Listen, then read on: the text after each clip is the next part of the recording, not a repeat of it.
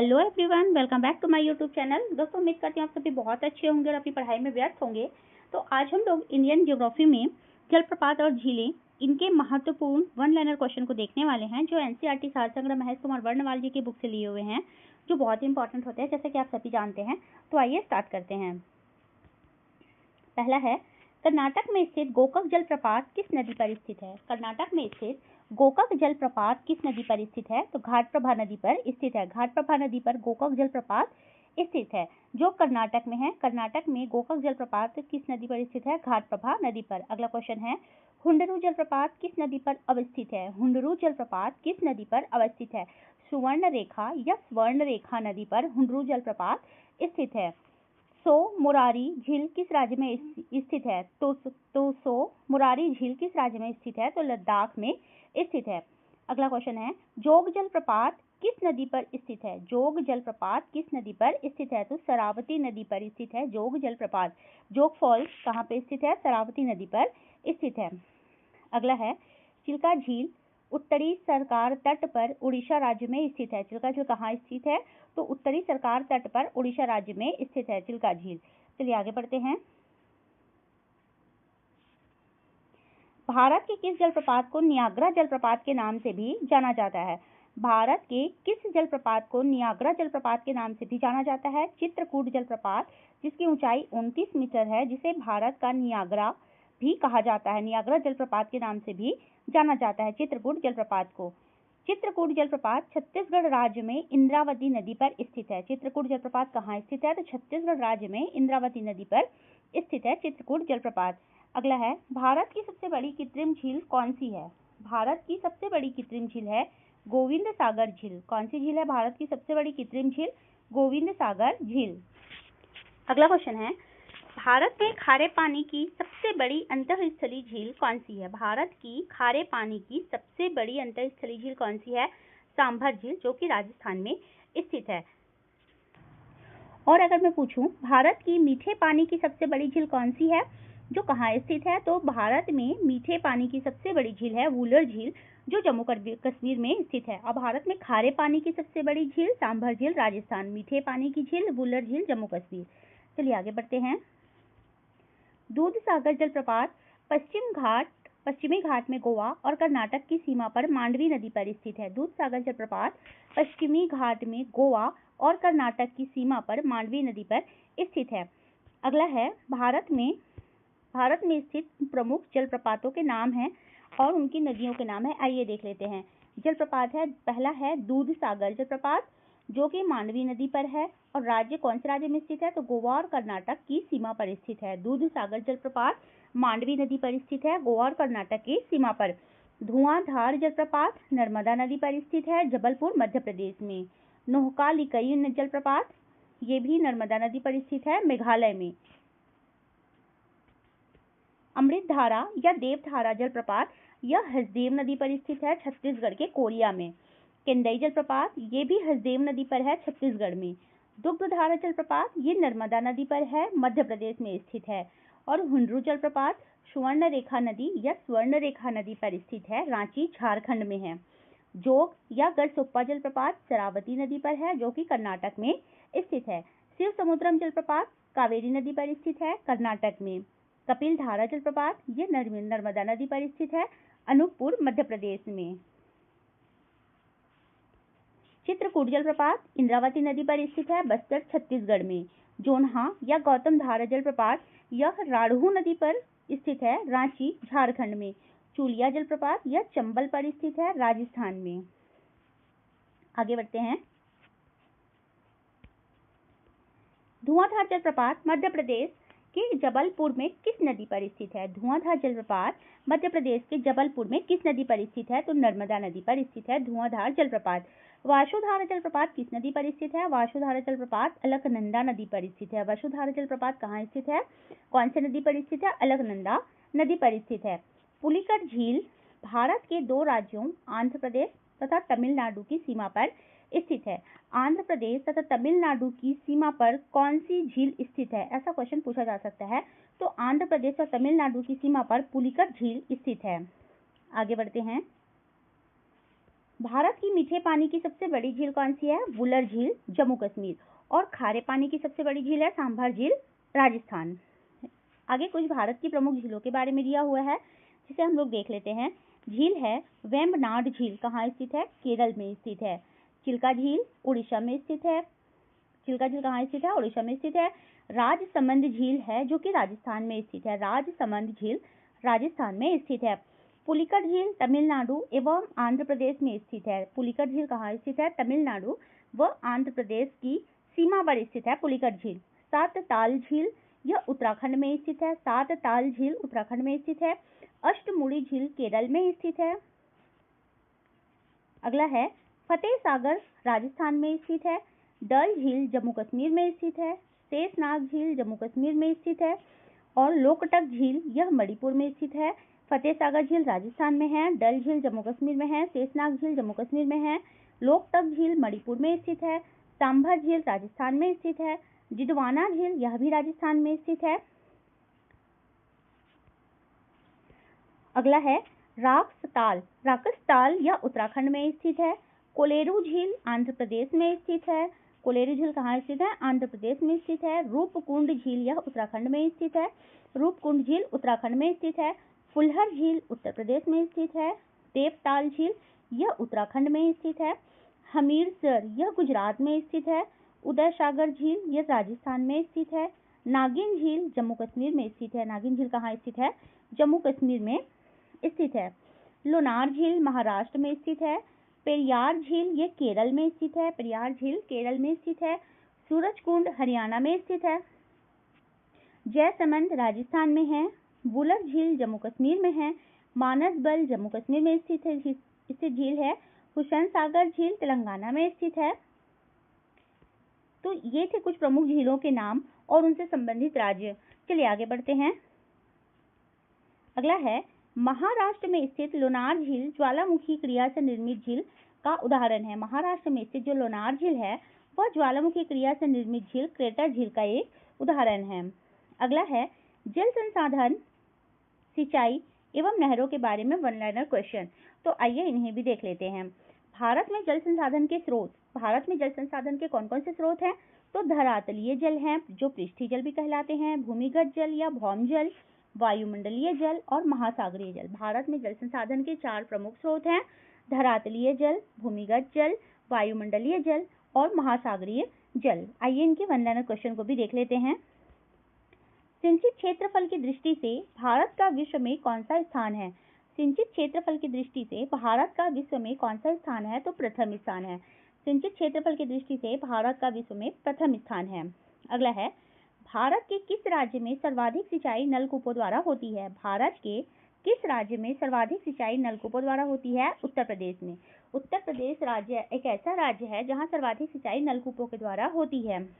आधुनिक सिंचाई प्रणाली का जनक महान सिविल इंजीनियर मोक्षगुंडम विश्वेश्वरैया को माना जाता है। आधुनिक सिंचाई प्रणाली का जनक किन्हें माना जाता है? तो मोक्षगुंडम विश्वेश्वरैया को माना जाता है, जो कि महान सिविल इंजीनियर थे। अगला है क्षेत्रफल की दृष्टि से शीर्ष 3 तालाब सिंचित राज्य क्रमशः कौन से हैं? क्षेत्रफल की दृष्टि से शीर्ष 3 तालाब सिंचित राज्य क्रमशः कौन से हैं? तो पहला है तमिलनाडु, दूसरा आंध्र प्रदेश, तीसरा है मध्य प्रदेश। ये तीनों राज्य हैं जो क्षेत्रफल की दृष्टि से शीर्ष 3 तालाब सिंचित राज्य के में आते हैं। अगला है भारत में नहर प्रणाली की संकल्पना किसने प्रस्तुत की थी? भारत में नहर प्रणाली की संकल्पना किसने प्रस्तुत की थी? तो दिनसा जे दस्तूर ने। दिनसा जे दस्तूर ने भारत में नहर प्रणाली की संकल्पना प्रस्तुत की थी। भारत में सिंचाई के मुख्य साधन क्या हैं? भारत में सिंचाई के मुख्य साधन कुआं व नलकूप हैं। भारत में सिंचाई के मुख्य साधन कौन कौन से हैं? तो कुआं और नलकूप हैं। सरहिंद नहर किस नदी से निकाली गई है? सरहिंद नहर सतलुज नदी से निकाली गई है। सरहिंद नहर किस नदी से निकाली गई है? सतलुज नदी से निकाली गई है। आगे बढ़ते हैं। विश्व जल दिवस 22 मार्च तथा राष्ट्रीय जल दिवस 14 अप्रैल को मनाया जाता है। विश्व जल दिवस कब मनाया जाता है? 22 मार्च को मनाया जाता है और राष्ट्रीय जल दिवस 14 अप्रैल को मनाया जाता है। सर्वाधिक सिंचित क्षेत्रफल वाले 5 राज्यों का सही क्रम क्या है? सर्वाधिक सिंचित क्षेत्रफल वाले 5 राज्यों का सही क्रम क्या है? तो पहले में है उत्तर प्रदेश, दूसरा राज्य है राजस्थान, तीसरा पंजाब, चौथा मध्य प्रदेश और पांचवा है आंध्र प्रदेश। 5 राज्यों का सही क्रम में पहला राज्य है उत्तर प्रदेश, दूसरा राज्य राजस्थान, तीसरा पंजाब, चौथा मध्य प्रदेश और पांचवा है आंध्र प्रदेश। हरियाली योजना किससे संबंधित है? हरियाली योजना जल संभर के विकास से संबंधित है। हरियाली योजना किससे संबंधित है? तो जल संभर के विकास से हरियाली योजना संबंधित है। जल संभर विकास के लाभ आगे दिया हुआ है। जल संभर विकास के कुछ लाभ दिए हुए हैं। पीने की और सिंचाई के लिए जल की आपूर्ति होती है, जैव विविधता में वृद्धि होती है। जल संभर के विकास के लाभ हैं ये। पीने के और सिंचाई के लिए जल की पूर्ति होती है, जैव विविधता में वृद्धि होती है, जल भराव में कमी और मृदा की लवणता का ह्रास होता है, कृषि उत्पादन और उत्पादकता में वृद्धि होती है, वनों के कटाव में कमी होती है, जीवन स्तर में सुधार और रोजगार में वृद्धि होती है। अगला है इंदिरा गांधी नहर का निर्माण किस वर्ष प्रारंभ हुआ था? इंदिरा गांधी नहर का निर्माण किस वर्ष प्रारंभ हुआ था? वर्ष 1958 में। वर्ष 1958 में इंदिरा गांधी नहर का निर्माण प्रारंभ हुआ था। फरक्का नहर की जल वहन क्षमता कितनी है? फरक्का नहर की जल वहन क्षमता कितनी है? तो 40,000 क्यूसेक है। फरक्का नहर की जल वहन क्षमता कितनी है? 40,000 क्यूसेक है। विश्व की सबसे पुरानी व विकसित नहर व्यवस्था भारत में गंग नहर या गंगा नहर है। विश्व की सबसे पुरानी और विकसित नहर व्यवस्था कौन सी है भारत में? तो गंगा नहर है। गंग नहर का निर्माण किस वर्ष हुआ था? गंग नहर का निर्माण 1927 में हुआ था। गंग नहर का निर्माण कब हुआ था? तो 1927 में हुआ था। सारण सिंचाई नहर किस नदी से निकाली गई है? सारण सिंचाई नहर किस नदी से निकाली गई है? तो गंडक नदी से निकाली गई है। सारण सिंचाई नहर किस नदी से निकाली गई है? गंडक नदी से निकाली गई है। अगला है भारत की सिंचाई परियोजनाओं के प्रकार। तो भारत में सिंचाई परियोजनाओं के 3 प्रकार हैं। लघु सिंचाई परियोजनाएं, मध्यम सिंचाई परियोजनाएं और बृहद सिंचाई परियोजनाएं। तो हम यहाँ पर पहले लघु सिंचाई परियोजनाओं के बारे में पढ़ लेते हैं। पहला है लघु सिंचाई परियोजनाएं। भारत की सिंचाई परियोजनाओं के 3 प्रकार होते हैं। लघु सिंचाई परियोजनाएं, मध्यम सिंचाई परियोजनाएं और तीसरा है बृहद सिंचाई परियोजनाएं। तो हम पहले लघु सिंचाई परियोजनाओं के बारे में देखते हैं। इस सिंचाई परियोजना के अंतर्गत 2000 हेक्टेयर से कम क्षेत्र की सिंचाई होती है। लघु सिंचाई परियोजनाओं के अंतर्गत 2000 हेक्टेयर से कम क्षेत्र की सिंचाई होती है। इसके अंतर्गत कुआं, नलकूप, डीजल, पंप सेट, तालाब, ड्रिप सिंचाई, स्प्रिंकलर आदि शामिल किए जाते हैं। लघु सिंचाई परियोजना के अंतर्गत क्या क्या आते हैं? तो कुआं, नलकूप, डीजल पंप सेट, तालाब, ड्रिप सिंचाई और स्प्रिंकलर आदि शामिल होते हैं। भारत की लगभग 65% सिंचाई आवश्यकताओं की पूर्ति लघु सिंचाई परियोजनाओं से होती है। भारत में जो सिंचाई होती है उसमें से 62% जो सिंचाई की आवश्यकताओं की पूर्ति होती है वो लघु सिंचाई परियोजनाओं से होती है। देश में लघु सिंचाई के बढ़ते महत्व को देखते हुए वर्ष 2006 से संचालित लघु सिंचाई योजना को वर्ष 2010 में राष्ट्रीय लघु सूक्ष्म सिंचाई मिशन के रूप में परिवर्तित कर दिया गया था। देश में लघु सिंचाई के बढ़ते महत्व को देखते हुए वर्ष 2006 से संचालित लघु सिंचाई योजना को वर्ष 2010 में राष्ट्रीय लघु सिंचाई मिशन के रूप में परिवर्तित कर दिया गया था। तो जो लघु सिंचाई परियोजना है वह कब से संचालित है? तो 2006 से संचालित है। और इसका नाम कब परिवर्तित किया गया था? तो 2010 में परिवर्तित किया गया था। जो पहले लघु सिंचाई परियोजना थी वह राष्ट्रीय लघु सिंचाई मिशन के रूप में परिवर्तित कर दिया गया था। अगला है मध्यम सिंचाई परियोजनाएं। इस सिंचाई परियोजना के अंतर्गत 2000 से 10,000 हेक्टेयर तक क्षेत्र की सिंचाई होती है। इनमें नहरी सिंचाई प्रमुख है क्योंकि छोटी नहरों को इसी वर्ग में रखा जाता है। तो जो लघु सिंचाई परियोजनाएं होती हैं उनमें 2000 हेक्टेयर से कम क्षेत्र की सिंचाई होती है और जो मध्यम सिंचाई परियोजनाएं हैं उनमें 2000 से 10,000 हेक्टेयर तक के क्षेत्र की सिंचाई होती है। इनमें नहरी सिंचाई प्रमुख है क्योंकि छोटी नहरों को इसी वर्ग में रखा जाता है। मध्यम सिंचाई परियोजनाओं में नहरी सिंचाई प्रमुख होती है क्योंकि छोटी नहरों को मध्यम सिंचाई परियोजनाओं के वर्ग में रखा जाता है। अगला है बृहद सिंचाई परियोजनाएं। इनमें 10,000 हेक्टेयर से अधिक क्षेत्रों की सिंचाई होती है। इसके लिए बड़े बांध बनाकर नहरें निकाली जाती हैं। सामान्यतः इसमें बड़ी नहरों एवं बहुउद्देशीय नदी घाटी परियोजनाओं को शामिल किया जाता है। बड़ी व मध्यम परियोजना से देश की 38% सिंचाई आवश्यकताओं की पूर्ति होती है। जो लघु सिंचाई परियोजना है उसमें 2000 हेक्टेयर से कम क्षेत्र की सिंचाई होती है और मध्यम सिंचाई परियोजना में 2000 से 10,000 हेक्टेयर तक क्षेत्र की सिंचाई होती है और जो वृहद सिंचाई परियोजना है उसमें 10,000 हेक्टेयर से अधिक क्षेत्रों की सिंचाई होती है और वृहद सिंचाई परियोजनाओं के लिए बड़े बांध बनाकर नहरें निकाली जाती हैं। अगला है, जल के साथ उर्वरकों को भी मिलाकर संपन्न सिंचाई कहलाती है। क्या कहलाती है? जल के साथ उर्वरकों को मिलाकर संपन्न सिंचाई क्या कहलाती है? तो फर्टिगेशन कहलाती है। क्या कहलाती है? फर्टिगेशन कहलाती है। अगला है, भारत में सिंचाई का मुख्य स्रोत नलकूप है। भारत में सिंचाई का मुख्य स्रोत क्या है? नलकूप है। इसके पश्चात सर्वाधिक सिंचाई नहरों और तालाबों द्वारा की जाती है। भारत में जो सिंचाई का मुख्य स्रोत है वह नलकूप है। उसके बाद सर्वाधिक सिंचाई नहरों और तालाबों के द्वारा की जाती है। चलिए आगे बढ़ते हैं। आगे है बहुउद्देशीय नदी घाटी परियोजनाएं। इनके भी वन लाइनर को हम इसी वीडियो में कंप्लीट कर लेते हैं। तो चलिए स्टार्ट करते हैं बहुउद्देशीय नदी घाटी परियोजनाओं के बारे में। भाखड़ा नांगल बांध का निर्माण किस नदी पर हुआ है?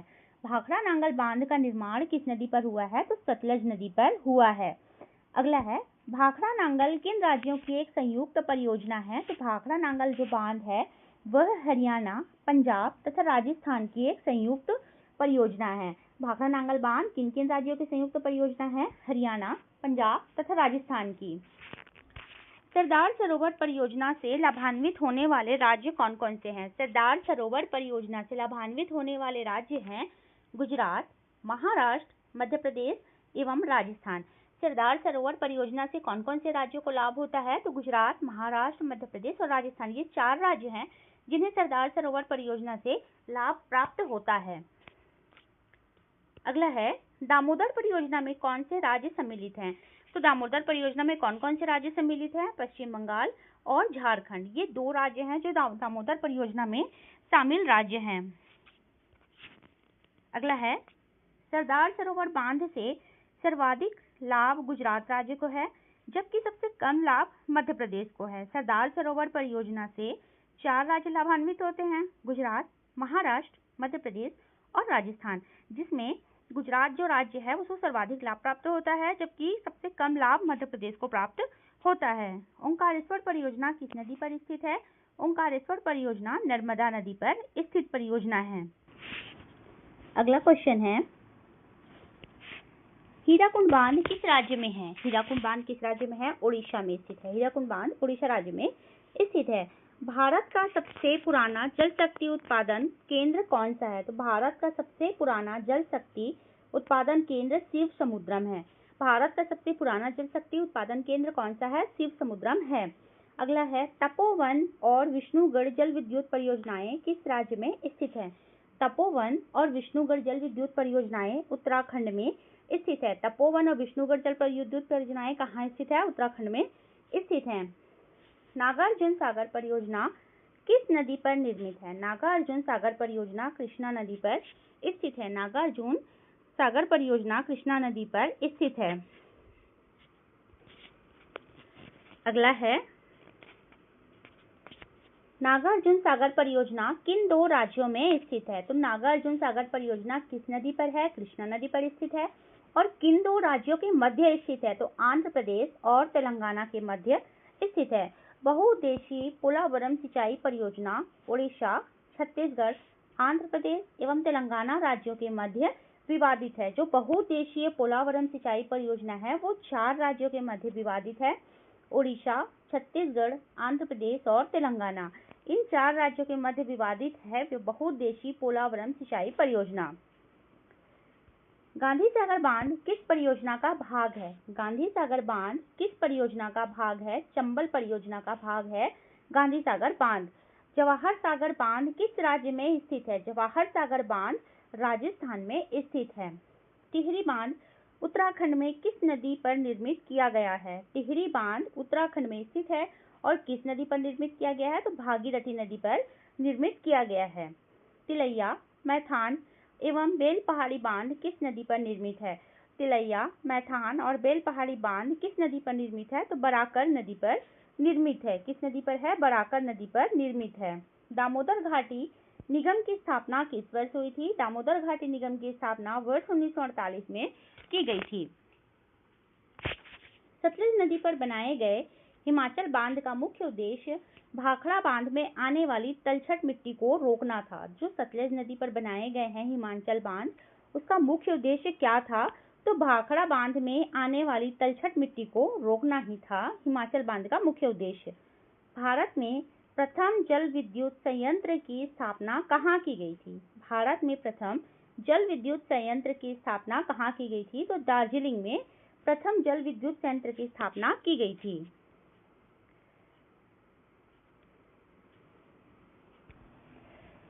आगे भारत की नदियों पर स्थित प्रमुख परियोजनाओं के बारे में दिया गया है, तो आइए उन्हें भी देख लेते हैं। नदी और परियोजनाएं। सतलुज नदी पर कौन कौन सी परियोजनाएं हैं? तो भाखड़ा नांगल, जिसे गोविंद सागर के नाम से भी जाना जाता है, भाखड़ा नांगल बांध, नाथपा झाकरी बांध और कोल बांध, ये 3 परियोजनाएं सतलुज नदी पर स्थित हैं। झेलम नदी पर कौन कौन सी परियोजनाएं हैं? किशन गंगा, तुलबुल परियोजना, ये 2 परियोजनाएं हैं जो झेलम नदी पर स्थित हैं। चिनाब नदी पर सलाल बांध है। दुलहस्ती, जिसे अस्किनी भी कहा जाता है, अस्किनी बांध और बगलिहार, ये 3 परियोजनाएं चिनाब नदी पर स्थित हैं। रावी नदी पर थीन बांध और चिमेरा परियोजना स्थित है। व्यास नदी पर पोंग व हरिकै बांध स्थित है। गंगा नदी पर कौन कौन सी परियोजनाएं स्थित हैं? तो टिहरी बांध, भागीरथी और फरक्का बांध, ये 2 परियोजनाएं हैं जो गंगा नदी पर स्थित हैं। यमुना नदी पर लखवर व्यासी बांध स्थित है। रामगंगा नदी पर कालागढ़ बांध, जिसे रामगंगा परियोजना भी कहा जाता है, तो ये रामगंगा नदी पर स्थित है। घाघरा नदी पर घाघरा बांध स्थित है। शारदा नदी पर शारदा बांध स्थित है। गंडक नदी पर त्रिवेणी के पास बैराज, ये परियोजना स्थित है। कोसी नदी पर कोसी परियोजना स्थित है। अगला है चंबल नदी पर गांधी सागर, राणा प्रताप सागर एवं जवाहर सागर बांध राजस्थान में स्थित है। चंबल नदी कहाँ स्थित है? राजस्थान में स्थित है। इनमें 3 परियोजनाएं हैं, गांधी सागर, राणा प्रताप सागर एवं जवाहर सागर बांध। बेतवा नदी पर माता टीला बांध और राजघाट बांध स्थित है। सोन नदी पर डेहरी में सिंचाई, बरास, बाण सागर बांध स्थित है। दामोदर नदी पर पंचेत हिल, तिलैया, कोनार, अय्यर, बगरमो बांध, मैथान, ये जो परियोजनाएं हैं ये दामोदर नदी पर स्थित हैं। गोदावरी नदी में कौन कौन सी परियोजनाएं हैं? तो राजमुंद्री के निकट एनीकट बांध, यह गोदावरी नदी पर स्थित परियोजना है। कृष्णा नदी में श्री सैलम व नागार्जुन सागर बांध स्थित है। तुंगभद्रा नदी पर मल्लपुरम के निकट तुंगभद्रा बांध स्थित है। कावेरी नदी पर स्थित परियोजना है मेट्टूर बांध। नर्मदा नदी पर स्थित परियोजना है महेश्वर बांध, इंदिरा सागर बांध, अंकलेश्वर बांध, सरदार सरोवर बांध, ये 4 परियोजनाएं नर्मदा नदी पर स्थित हैं। ताप्ती नदी पर काकरापार बांध, उकाई बांध, ये 2 परियोजनाएं ताप्ती नदी पर है, काकरापार बांध और उकाई बांध। महानदी में हीराकुंड, तिरकपाड़ा और बरोज बांध स्थित है। माही नदी में वनकबोरी बांध और कनाना बांध स्थित है। आगे बढ़ते हैं। पंचेश्वर परियोजना भारत नेपाल का संयुक्त उपक्रम है। पंचेश्वर परियोजना जो है वह भारत और नेपाल का संयुक्त उपक्रम है। यह उत्तराखंड के पिथौरागढ़ जिले में काली नदी पर निर्मित की जाएगी। जो पंचेश्वर परियोजना है वह भारत और नेपाल का संयुक्त उपक्रम है और इसे उत्तराखंड के पिथौरागढ़ में काली नदी पर निर्मित की जाएगी। आगे बढ़ते हैं। भारत एवं उसके पड़ोसी देशों के बीच प्रमुख नदी समझौते, एक तरफ समझौते दिए हुए हैं, उनसे संबंधित देश हैं और समझौते की प्रकृति है, तो आइए इसे भी देख लेते हैं। शारदा समझौता, संबंधित देश है नेपाल और इसकी प्रकृति है वर्ष 1966 की महाकाली संधि, जिसमें पंचेश्वर बहुउद्देशीय परियोजना शामिल है। कोसी समझौता, नेपाल, संबंधित देश है नेपाल। नेपाल में कोसी बैराज के निर्माण के संबंध में वर्ष 1954 का समझौता 1966 में संशोधित किया गया था। गंडक नेपाल से संबंधित है। नेपाल में गंडक बैराज निर्माण के संबंध में वर्ष 1969 का समझौता गंगा संधि बांग्लादेश से संबंधित है। फरक्का में गंगा जल की भागीदारी के संबंध में वर्ष 1996 की भारत बांग्लादेश की संधि।